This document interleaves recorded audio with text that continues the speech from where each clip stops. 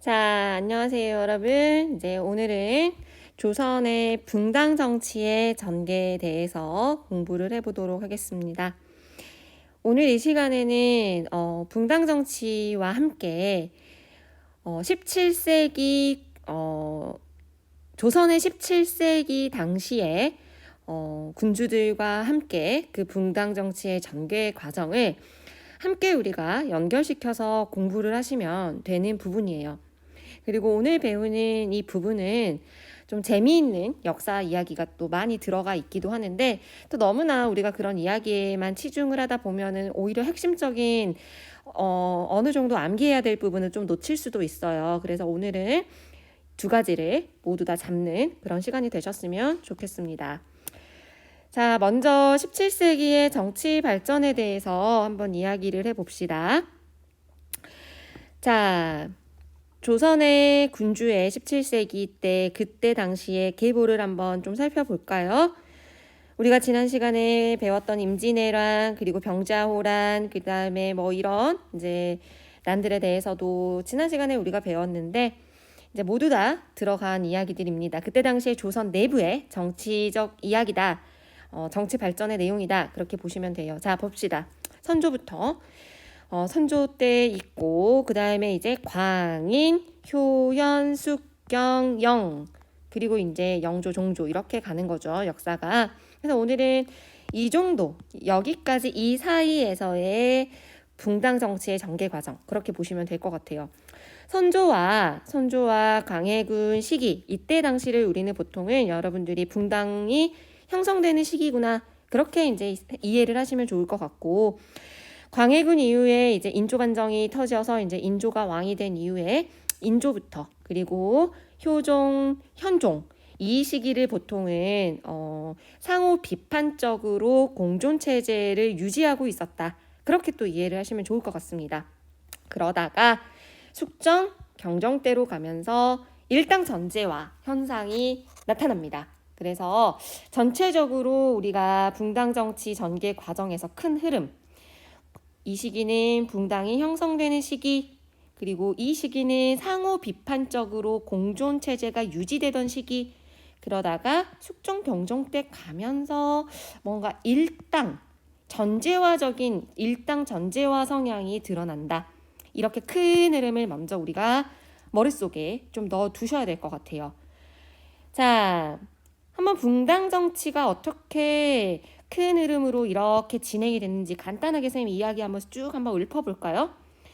자, 우리가 지난 시간에 배웠어요. 어떤 자리를 두고, 이조 전랑의 자리를 두고 사림의 붕당이 전개가 되기 시작합니다. 사실은 선조라는 이 인물 자체가, 자, 사실은 명종 있죠, 여러분. 명종. 지난 시간에 이제 명종 기억하실 거예요.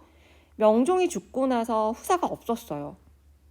그러자 중종의 후궁 중에 이제 창빈 안씨라는 인물이 있었는데, 그 아들이 왕위에 올라요. 그 사람이 바로 이선조입니다.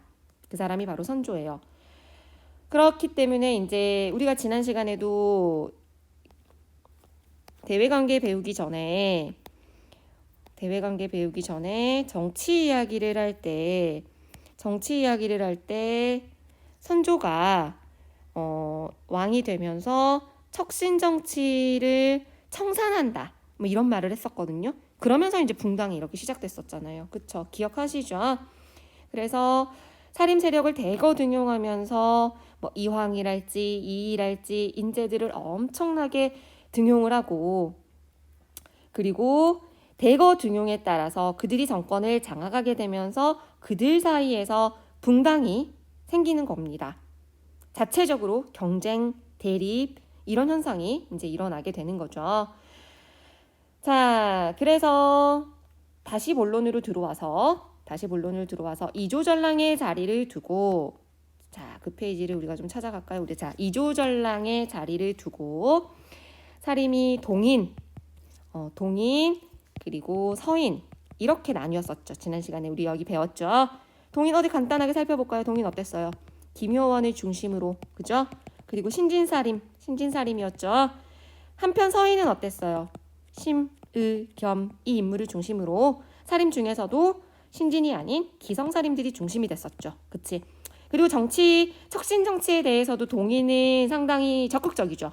상당히 적극적이고 사실 서인 같은 경우는 조금 소극적인 그런 모습을 보입니다. 그런데 이때 이제 이 동인이 정여립 모반 사건 프린트물에도 이제 있지만 이 정여립 모반 사건과 건조 사건이라는 이러한 사건들을 통해서 이 동인 내부에서 동인이 북인 그리고 남인으로 이렇게 나뉘게 됩니다.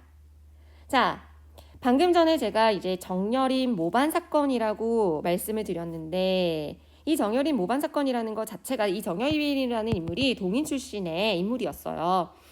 그래서 사실은 이제 처음 이 정여립이라는 인물이 정치에 시작을 할 때는 서인 계열이었는데 이제 후에 다시 동인으로 이제 입장을 바꾸면서 덩일 출신이다. 그냥 그렇게 이해를 하시면 되고 어쨌든 이 정여립 모반 사건을 통해서 서인 그 중에서도 정철 여러분들 관동별곡의 그 정철입니다. 서인인 정철이 동인 출신의 정여립 모반 사건을 빌미 삼아 서인이 집권을 하게 돼요. 서인이. 그런데 이 서인이었던 정철이 다시 한번 건조 사건을 통해서 이제 권력을 잃게 됩니다. 권력을 잃게 돼요. 그러다 보니까 그러던 와중에 이 정철 서인의 관동별곡의 그 정철에 대한 그 문제를 두고 강경하게 대응하자라고 주장하는 파가 바로 북인파였고 조금 더 온건하게 입장을 내세웠던 파가 남인이었던 겁니다. 예를 들어 이 북인 같은 경우는 정철 사형시켜버려라 그렇게 주장을 했고 남인 같은 경우는 사형은 좀 과하다 라고 그렇게 주장을 했습니다. 문인 자체도 이 북인 같은 경우는 조식의 문인들이었고 이 남인 같은 경우는 이제 여러분들도 어느 정도 아시겠지만 이황의 문인들이라고 그렇게 보시면 돼요. 그래서 이렇게 되면서 이제 남인, 북인으로 분열을 하게 되는 겁니다. 이해되셨죠? 자, 그럼 이제 봅시다. 지금 세모표 되어 있는 거는 17세기의 군주들이라고 보시면 돼요. 선조 다음에 광, 인, 효현, 숙, 왕들 이렇게 세모 파악하시고 그러면 이 과정 속에서 이 군주들이 존재하는 와중에 하늘색 밑줄은 붕당 정치의 전개 과정을 조금 더 보기 편하게 여러분들에게 제가 구별을 시켜드리는 거예요. 초반부에는 동인이 우세합니다. 초반부에는 동인이 우세를 하다가 이 동인 안에서 분열을 하지요. 아까 방금 말씀드렸던 것처럼 서인 대표 정철에 대한 이러한 온건파 급진파로 나뉘면서 동인이 뭘로 지금 분열이 돼요? 남인 북인으로 분열이 됐죠. 그지? 그래서 이 남인 북인 중에서 지금 이 둘 다 지금 동인이야 얘들아. 이 남인이 주도를 하다가 외란 이후에 북인이 전국을 주도하고 그리고 나서 이제 광해군 때는 계속해서 누가 주도를 하는 거야? 북인이 주도를 하는 모습을 보이죠. 그런데 이 광해군의 북인이 인조반정으로 인해서 광해군이 쫓겨나면서 인조와 함께 두둥하고 서인이 등장하게 되는 겁니다. 그래서 이때부터는 서인이 주도를 하게 되는 거고 누가 플러스해서 참여를 하는 거야? 남인이 참여를 하게 됩니다. 이해됐죠? 자, 다시 동인이 있고 서인이 있었어요. 초반부터 선조 때 누가 우세했어요? 동인이 우세합니다. 그런데 이 동인 내부에서 남인 북인으로 갈렸고 이 남인 북인 중에 광해군 때는 누가 북인이 주도를 했다라는 거. 그런데 광해군이 왕자리에서 쫓겨나면서 서인이 인조반정을 일으키면서 다시 한번 이 북인은 이제 몰락을 하게 되고 서인이 정권을 장악하게 됩니다. 그러면서 서인이 주도하고에 되고 서인 중에 동인의 남인이 플러스로 참여하는 그런 모습을 보였다라는 거. 여기까지만 하더라도 아직은 어때? 상호 비판적인 공존 체제를 유지하고 있었다라는 거. 그러다가 현종 때 예속 논쟁이라는 서인과 남인의 대립 사건이 터졌고, 그리고 나서 이제 숙종 때 오면서 이 분당 정치가 변질되어가는 모습을 보이게 됩니다. 큰 틀 이제 이해하셨죠? 큰 틀 이해하셨으니까 먼저 쭉 갑시다. 자, 보자. 그럼 선조 초기에는 동인이 유세했어요. 그래서 남인 북인으로 분열을 했고 여기까지 우리 이야기했고, 자, 그 다음에 광해군 갑시다. 광해군 때 북인이 주도를 하죠. 그리고 광해군의 정책 기억하시죠, 여러분? 중립외교입니다. 중립외교. 왜?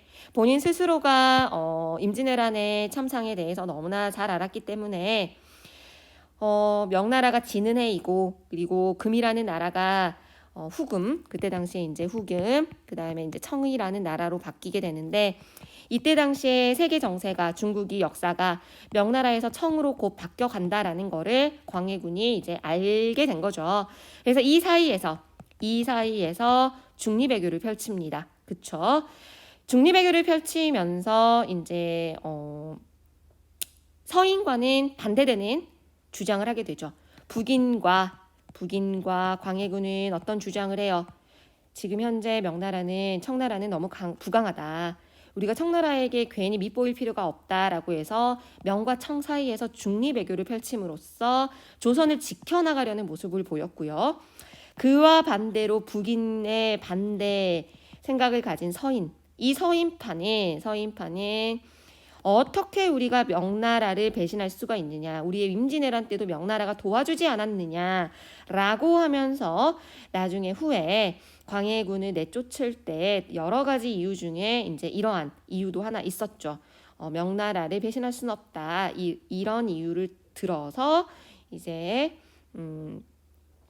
광해군을 내쫓고 인조반정을 일으키기도 합니다.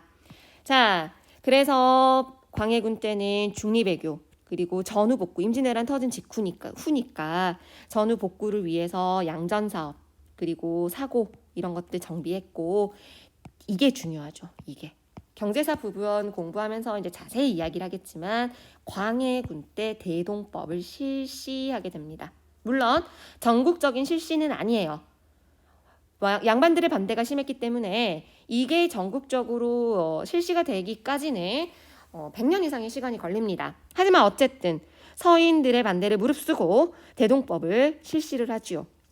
그다음에 이제 이랬던 광해군이 폐모살제를 일으키게 됩니다. 친모는 아니지만 어쨌든 인목대비를 유폐시키고 이복 동생이었던 영창대군을 죽이는 이러한 폐륜을 일으키면서 연산군과 같은 취급을 당하게 되죠. 그래서 폐모살제, 이것이 이제 빌미가 돼서 인조를 추대하면서 이 서인이 광해군을 내쫓고 인조반정을 일으켜서 인조가 왕자리에 오르게 됩니다. 자, 인조반정으로 인조가 왕이 올랐으니까 서인이 이제 이때부터는 정치를 주도하게 되겠죠.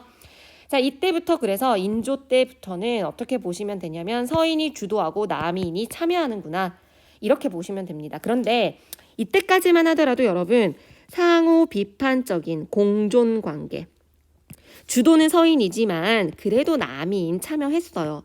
서로 긍정적인 공존 관계를 유지했다라는 겁니다.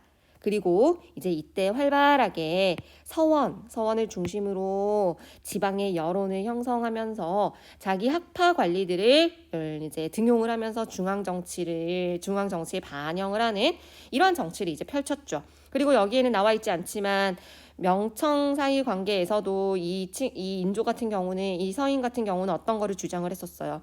명나라를 배신하면 안 된다라는 주장을 계속 하잖아요. 그러니까 이제 후금, 그리고 청의 입장에서는 이 조선이 어때요? 인조와 서인이 어때요? 자기네들에게 반하는 정치를 하기 때문에 때리죠. 그게 바로 무슨 호란이었어, 얘들아? 정묘호란, 병자호란이었죠. 그래서 이것도 같이 이때였어. 맞아. 기억을 합시다. 그러면서 이제 효종 때 광해군 때 대동법 실시했던 거를 이때 더욱더 확대했고, 그 다음에 북벌, 나선정벌 이런 정책들을 합니다. 나선정벌이라는 건 이제 여기 나와 있어요, 여러분. 청이 요청을 해요. 그래서 남한은 러시아를 이제 나선이라고 이제 하는 건데, 나선 세력을 정벌하는 그게 이제 효종 때 있었던 일이다. 그렇게 기억을 하시면 될 것 같습니다. 그리고 현종 때 이제 드디어 이제 예손 논쟁이 터져요. 이게 바로 서민과 남인의 대립이었어요. 서민과 남인의 대립이었고, 예송 논쟁에 그래요. 예송 논쟁이 일어나기 전까지 그래도 계속 이야기를 드리고 있지만 현재 어떤 모습을 보여주고 있어요. 현종 때까지도 붕당이 상호 비판적으로 공존체제를 유지하는 모습을 보이고 있었다라는 것. 인조, 효종, 현종 때까지. 알겠지? 자, 그러면 현종 때 예송 논쟁 한번 봐봅시다. 자, 광인, 효연, 숙경영 여러분들 보기 편하게 좀 이해하기 편하라고 왕계보 미리 써놨어요, 선생님이. 자, 이 현종 때 있었던 일이에요. 현종 때. 지금 여기 위에 현종 때잖아요. 현종 때 예손 논쟁. 현종 때 무슨 사건이 일어나냐면 현종 때 인조의 계비가 아직도 살아있는 거야.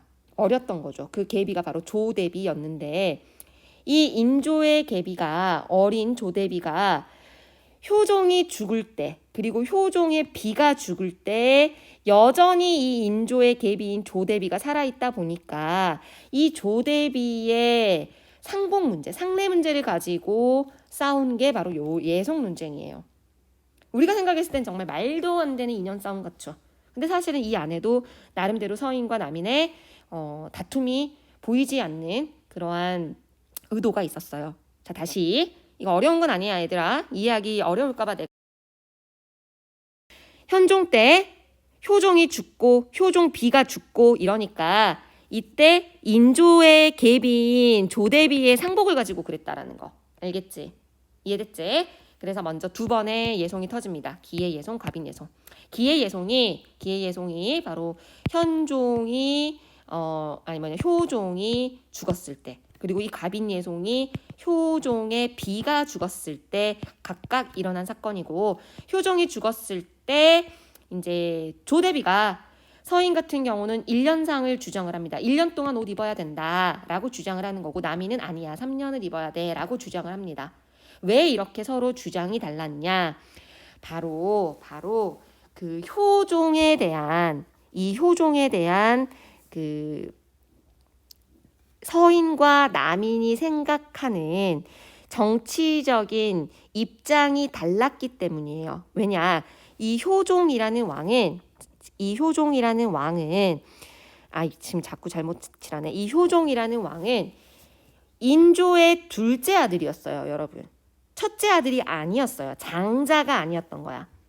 그런데 장자의 경우에는 3년 상을 2년 이상의 상복을 입어야 됐던 거지. 그런데 장자가 아닌 경우에는 굳이 그럴 필요가 없었던 거예요. 그러면 이 안에 이게 무슨 차이야? 바로 이러한 근본적인 차이가 있는 겁니다. 자, 서인은 어떠한 의도를 가지고 있느냐? 왕권이든 일반 사대부든 동등하다. 왕도 왕이기 이전에 사대부와 같다. 사대부의 룰을 따라야 된다라는 의도야. 한마디로 서인은 신권을 보다 더 중요시 여겼던 거죠. 그렇기 때문에 효종 어차피 둘째 왕자인데 무슨 3년상이냐라고 이렇게 주장을 하는 겁니다. 반대로 남인은 왕은 왕이다. 일반 사대부와는 다른 거 아니냐. 어쨌든 효종이 왕이 계승을 했기 때문에 장자와 같은 대우를 해줘야 된다. 그러니까 왕권을 더욱더 강화시키자라는 주장, 이러한 차원에서의 의도가 있었던 거죠. 다시 말하면 서인은 신권을 조금 더 중요시 여기는 이러한 주장을 하는 것이고, 남인은 왕권 강화를 더 의도를 가지고 주장을 하는 거였죠. 근데 이때 당시에 송시열의 힘이 되게 셌어요. 서인의 대표 주자가 송시열인데 송시열이 일련상 주장을 하게 되는 거지. 이때는 어때요? 일련상이 채택이 됩니다. 물론 현종의 입장에서 자신의 아버지가 왕권 강화의 입장에서 장자의 대우를 받는 남인 편 들고 싶었을 거야. 그런데 송시열의 그리고 이 서인 계열의 힘이 너무 셌기 때문에 차마 그러지 못했던 것 같아요. 그래서 일련상을 채택을 하는데 그 뒤에 이제 이 효종비가 죽게 되면서 다시 한번 이 사건이 또 터지니까 이번에는 남인의 주장이었던 일련상을 손을 들어주는 겁니다. 그래서 자 일련상이 항상 채택이 됐다. 그렇게 여러분들 기억하시면 편해요. 그래서 초반부에는 어쩔 수 없이 서인의 편을 들었지만 후에 다시 갑인예송이 터졌을 두 번째 예송 때는 남인의 주장을 채택을 했다라는 거. 이게 바로 예송 논쟁이고 이 예송 논쟁을 통해서 서인과 남인이 대립했다라는 거. 그리고 이때까지만 하더라도 어쨌다라는 거야. 대립은 했지만 서로 상호 공존 체제를 유지했구나를 보여주는 대목입니다. 그런데 이랬던 붕당 정치가 숙종 시대로 가면서 변질되기 시작해요. 변질되기. 자, 그래서 이거를 이제 환국이라고 표현을 합니다. 환국이라는 게 뭐예요? 여기는 이제 경신왕국만 나와 있는데 환국이라는 용어 자체의 뜻이 갑작스럽게 정권이 교체되는 것을 환국이라고 표현을 합니다. 그래서 이거를 사실은 일으키게 된 이유가 지금 현재 서인과 예송도 보면 알겠지만 서인과 남인이 계속해서 어때? 상호 공존 체제를 유지하면서 엎치락 뒤치락 하고 있는 상황이잖아. 근데 이 숙종이 이거를 이용해 먹는 거예요. 이 치열한 붕당 속에서 이거를 이 숙종이 자신의 왕권 강화로 활용하는 일방적으로 지배세비를 교체해버리는 서인 편 들어줬다 남인 편 들어줬다 갑자기 또 서인 편 들어줬다 이런 식으로. 그래서 총 3번의 황국이 있어요. 경신왕국, 기사왕국, 갑술왕국. 모두 다 숙종 6년, 숙종 15년, 숙종 20년에. 그러니까 어떻게 보면은 긍정적으로 또 생각하는 사람들은 숙종이 영리했던 것이다. 이 상황을 자신의 왕권 강화에 아주 교묘하고 아주 영리하게 잘 이용해 먹었다라고 표현하는 사람들도 있어요. 어쨌든 어지럽혀버렸죠. 붕당 정치를 상당히 변질시켜버렸죠. 그래서 서인이 남인의 영모로 몰아서 이제 경신왕국이 일어났더니 이때 이제 숙종이 서인 편 쫙 들어줘 버리고 그러다가 서인이 점점 힘이 세지자 또 안 되겠다 싶어가지고 원자를 청하는 문제를 가지고 이 남인이 이제 서인을 축출해 버립니다. 그러면서 이제 남인 편 들어주면서 황국을 또 일으키고 왜 이때 사건이 바로 이거예요, 여러분. 숙종하면 기억나는 인물이 한 명 있어야 돼. 누구야? 바로 장희빈. 바로 이 정말 재밌는 드라마의 소재가 됐던 역사 이야기가 됐던 소재로 많이 등장하는 바로 그 여인입니다. 장희빈. 맞아요.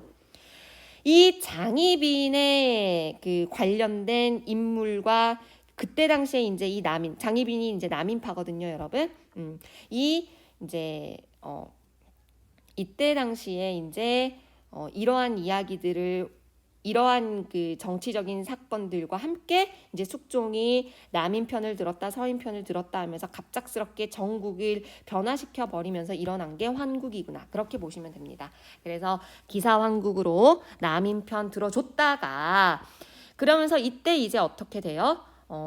그 장희빈의 아들이었던 경종이 이제 세자가 되는 것이고 장희빈도 빈으로 이제 그 왕비로 책봉을 임명을 해주죠. 그러면서 인현왕후는 쫓아내버리는. 그러다가 이제 또 서서히 남인이 힘이 세지니까 안 되겠다 그러면서 장희빈 죽여버리고 폐위됐던 인현왕후를 다시 복위시키면서 서인 편을 들어주는 갑술왕국. 이런 식의 3번의 황국이 숙종 때 있었어요.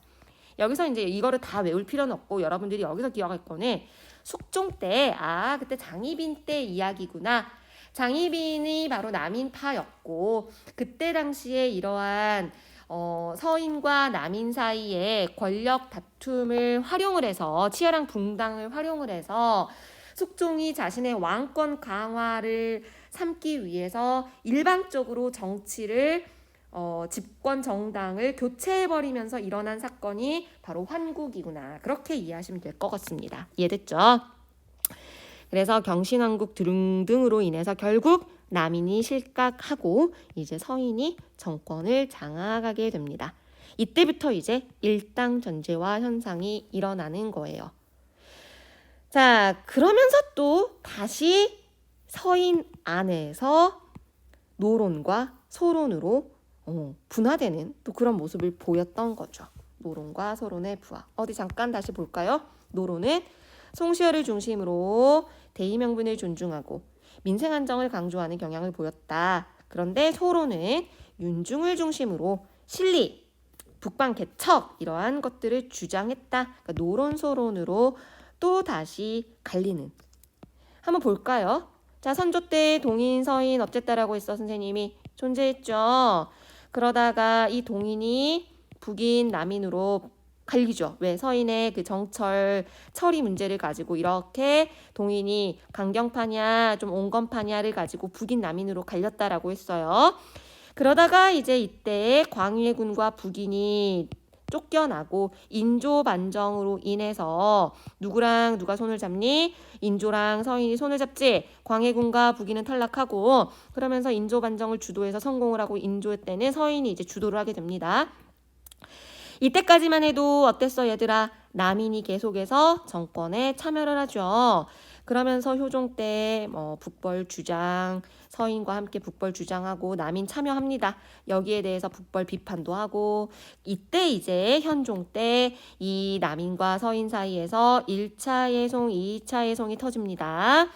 그런데 숙종 때 와서 이제 이 남인과 서인의 붕당을 활용해서 숙종이 환국을 일으키죠. 환국을 일으키고 급기야 이제 이 서인이 경신왕국 이후에 노론 소론으로 이렇게 갈리게 되는 이러한 붕당의 내용을 기억을 하시면 되겠습니다. 그 결과 왕실의 외척, 종실, 정치적 비중이 증대되었다라는 거. 그리고 삼사랄지, 이조전랑의 정치적 비중이 이제 축소가 돼요. 한마디로 공론이 이제 무시하는 거죠. 그리고 당파의 이익만 대변하는 붕당 정치의 변질의 모습이 여실히 보여집니다. 그러면서 서서히 이때부터 이제 탕평론이라는 것이 대우두가 돼요. 인사관리를 통해서 세력 균형을 유지하려는 그러한 모습이 보여지게 되는 겁니다. 그래서 사실은 편당적 인사관리라고 해서 좋은 건 아니에요. 물론 왕권이 강할 때는 특히나 이제 영조, 정조 때를 보면은 탕평 정치가 이제 완벽하게 이제 등장하게 되는데 이게 이제 왕권이 강할 때는 어느 정도 이거를 왕권이 신권을 누를 수 있는 힘이 있기 때문에 어느 정도 탕평책이 진행이 돼요. 인정이 되고 정상적으로 어떻게 흘러갑니다. 그런데 이제 후에 이제 왕권이 약해지면서 이제 이게 문제가 발생을 하게 되는 거죠. 그리고 이제 지금 숙종 때야 얘들아. 숙종 때 대외 관계 한번 볼까요? 숙종 때 윤유 등이 이제 불법론을 제기했을 뿐만 아니라 숙종하면 여러분들이 기억해야 될 것이 바로 백두산 정계비입니다. 백두산 정계비를 세웠다라는 거. 그리고 이때 안용복 너무 유명하죠, 여러분. 기억하시죠? 그래서 안용복이 이때 당시에 독도를 건너가서 어땠어요? 그렇죠. 아무래도 이 독도라는 이 땅에 대해서 어느 정도 이제 처음으로 우리나라의 땅이다라는 부분에 대해서 어느 정도 가서 확인을 받고 돌아오는 사건이었죠. 어떻게 보면 그래서 안용복의 활동까지 숙종 때 일이구나 이렇게 기억을 하시면 되겠습니다. 그래서 오늘 이제 여러분 붕당 정치까지 살펴봤고요. 붕당 정치 이 시기는 17세기에 군주, 세모 군주들을 먼저 기억을 한 후에 여러분들이 이 사이에서 붕당 정치의 전개 과정을 이 군주들과 연결을 시켜서 공부를 하면 되겠다. 그렇게 제가 말씀을 드렸고 그렇게 정리하시면 될 것 같아요. 오늘 수업 들으시느라고 고생하셨고 마지막으로 한번 쭉 읽어보시면서 붕당 정치가 선조 광해군 때 형성됐다가 인조, 효종, 현종 때까지 비판 체계를 유지하다가 마지막에 환국으로 인해서 일당 전제화되는 이러한 형태, 큰 맥락 속에서 세부적으로 꼼꼼하게 동인주도, 동인우세, 북인주도, 그러다가 예성논쟁, 그러다 황구 꼼꼼하게 그 왕들과 연결시켜서 좀 암기를 해야 될 부분들은 암기도 하시고 이렇게 그 큰 흐름을 정리해 나가시면 될 것 같습니다. 고생하셨어요.